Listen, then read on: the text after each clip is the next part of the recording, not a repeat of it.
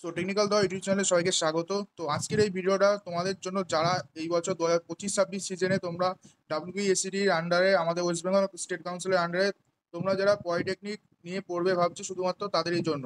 তো তোমাদের মধ্যে অনেকে ভাই বোনেরা আমাকে মেসেজ করছিলে যে দাদা আমি কোন ডিপার্টমেন্টটা নিয়ে পড়লে ভবিষ্যতে আমার কাজে দেবে, বা ডিপ্লোমা পড়লে কি পরবর্তী সময় বিটেক করতে হবে। তো এরকম সিমিলার কোশ্চেন সবাই একই প্রায় জিজ্ঞাসা করছিলে, তো তোমাদেরই জন্য আমি ভিডিওটা বানাচ্ছি। তো অবশ্যই ভিডিওটা এন্ড অব্দি অবশ্যই দেখবে, আর আমি নিজের এক্সপিরিয়েন্সও এই ভিডিওতে তোমাদের জানাবো। ঠিক আছে, আমি নিজেও ডিপ্লোমা করেছি, তো আমার নিজের এক্সপিরিয়েন্সও তোমাদের জানাবো। তো তোমাদের জন্য কিন্তু এই ভিডিওটা খুবই গুরুত্বপূর্ণ হতে চলেছে। আমি সবাইকে বলবো ভিডিওটা অবশ্যই এন্ড অব্দি দেখো। তো সবার প্রথমে অ্যাডমিশন নিয়ে আমি কথা বলবো, ঠিক আছে।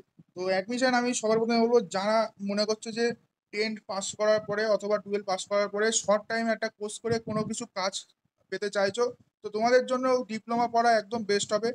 ঠিক আছে, যারা মনে করছো যে 10 পাস হয়ে গেছে 3 বছর করে, অথবা যারা 12 পাস করে ফেলেছো, যারা ভাবছো 3 বছর অথবা 2 বছর লেটারাল এন্ট্রি নিয়ে পড়ে একটা মিনিমাম ডিউরেশন একটা কোর্স করে আমরা তাড়াতাড়ি একটা কাজ করতে চাইছি, তো তোমাদের জন্য সবার সব থেকে ভালো হবে ডিপ্লোমা পড়া। তো যারা আর্টস ব্যাকগ্রাউন্ডে আছো বা যারা 10 পাস করেছো, তো তোমরা ডিপ্লোমা পড়তে পারো। ঠিক আছে, কিন্তু তোমাদের মধ্যে কন্ডিশন একটাই হতে হবে যে আমাদের এখনই একটা কাজ চাই।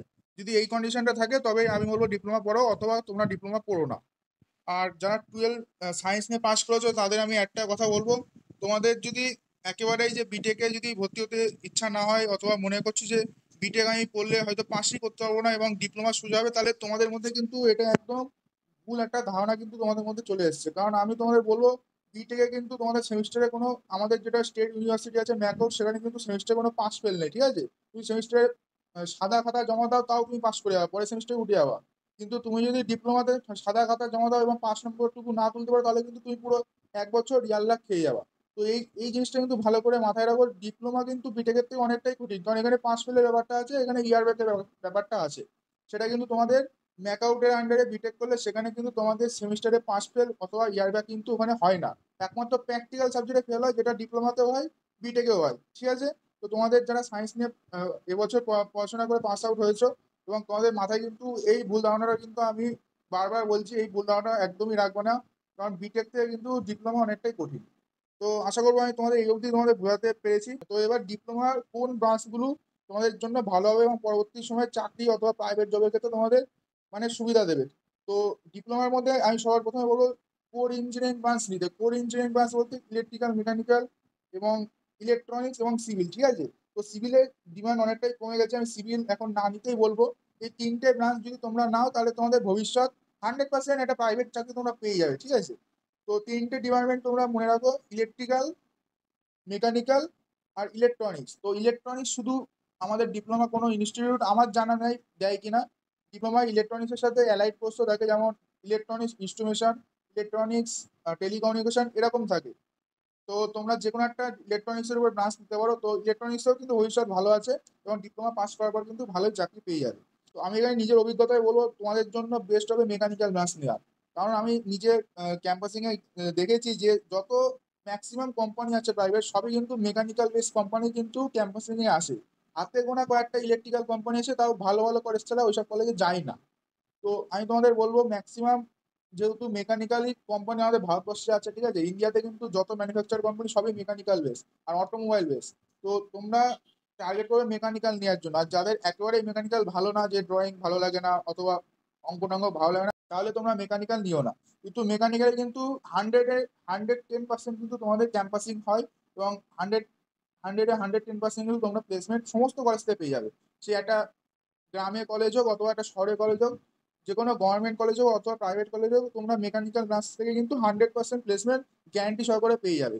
আর ইলেকট্রিক্যাল নিয়ে পড়লে কোর ইলেকট্রিক্যালের ব্রাঞ্চ তোমরা হয়তো পাবে না, অনেক কমই আছে। ঠিক আছে, তাও আসে না, ভালো ভালো কলেজ ছাড়া সেসব কোম্পানি আসে না। ঠিক আছে, তো ইলেকট্রিক্যালে ক্যাম্পাসিং হয় না সেটা ভুল কথা। ঠিক আছে, তো ইলেকট্রিক্যাল নিয়ে পড়েও কিন্তু তোমরা ওই মেকানিক্যাল যেসব কোম্পানি আসে সেখানেও তোমরা ক্যাম্পাসিং এ বসতে পারবা, এবং চাইলে তোমরা ওখানটাও কিন্তু কাজে জয়েন করতে পারো। ঠিক আছে, তো আর ইলেকট্রনিক্সও হাতে গোনা কয়েকটা কোর ইলেকট্রনিক্স কোম্পানি আছে যেগুলো ক্যাম্পাসিং নিতে আসে বিভিন্ন কলেজে। তো ইলেকট্রিক্যাল আর ইলেকট্রনিক্সের বাজার এই বছর কিন্তু অনেকটা ডাউন হয়ে গেছে, কারণ কোর ব্রাঞ্চ, কোর যেসব কোম্পানি আছে সেগুলো কিন্তু প্রায় রিক্রুটমেন্ট করেনি। কারণ তারা ম্যাক্সিমাম এক্সপিরিয়েন্স যারা আছে তাদের রিক্রুটমেন্ট করেছে, ফ্রেশার্স কিন্তু নেয়নি এবছর। আমি দেখেছি এবছর মেকানিক্যাল কিন্তু ফ্রেশার্স প্রচুর নিয়েছে, 100% কিন্তু প্রতিটা কলেজ থেকে প্লেসমেন্ট মেকানিক্যালের থেকে হয়েছে, এবং যারা ইলেকট্রিক্যাল নিয়ে পড়েছে তাদেরও কিন্তু ওই মেকানিক্যাল কোম্পানিতেই প্লেসমেন্ট হয়ে গেছে। তো আশা করবো এইটুকু তোমরা বুঝতে পেরেছো। এবং আমি তোমাদের আবারও বলবো, যাদের যে ব্রাঞ্চ নিয়ে পড়া হচ্ছে সেই ব্রাঞ্চ নিয়ে পড়ো, নাই কিন্তু পরবর্তী সময় তোমাদের এমন একটা সিচুয়েশন আসবে যে তোমাদের যে সাবজেক্টটা নিয়েছো সেই সাবজেক্ট তোমাদের পড়তেই ভালো লাগছে না, এবং তোমরা মাঝপথে কোর্সটা ছেড়ে দিয়েছো। তো এরকম যেন না করো, ঠিক আছে? আমি তোমাদের বলছি বলে এরকম না যে সবাই মেকানিক্যাল নিয়ে পড়া শুরু করে দাও। নিজের আগে চয়েস দেখো কোনটা তোমাদের ভালো লাগছে, সেই হিসেবে কিন্তু তোমরা নাও। তবে তবে আমি তোমাদের একটাই কথা বলবো, যদি নাও মেকানিক্যাল, ইলেকট্রিক্যাল এবং ইলেকট্রনিক্স এই কোর ব্রাঞ্চগুলি নিয়েও। সিভিলের বাজার অনেক ডাউন আছে, যদি সিভিল ভালো লাগে তবে নিতে পারো, ক্যাম্পাসিং সিভিলেরও হয়।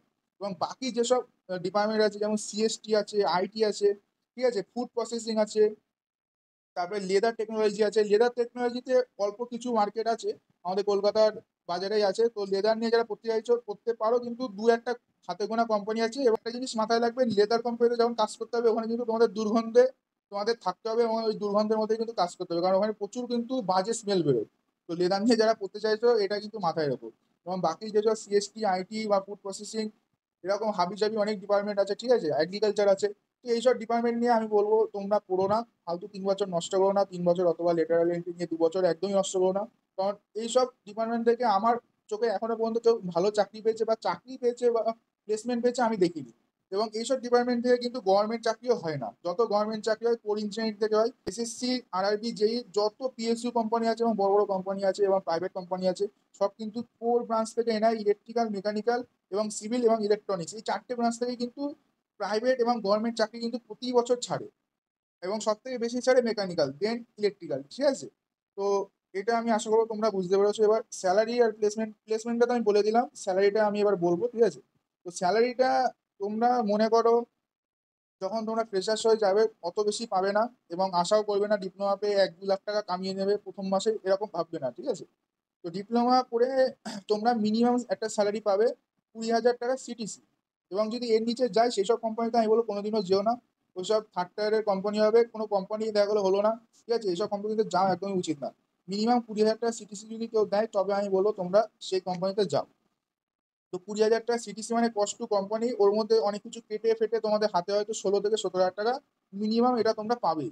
আর ম্যাক্সিমাম যত ভালো ভালো কোম্পানি আছে, যেমন টাটা আছে, উইপ্রো আছে, ঠিক আছে, তারপরে এছাড়া আদিত্য বিড়লা, জিন্দাল, এইসব কোম্পানি আছে, এখানে তোমরা গেলে 35,000 সিটিসি তোমরা পেয়ে যাবে।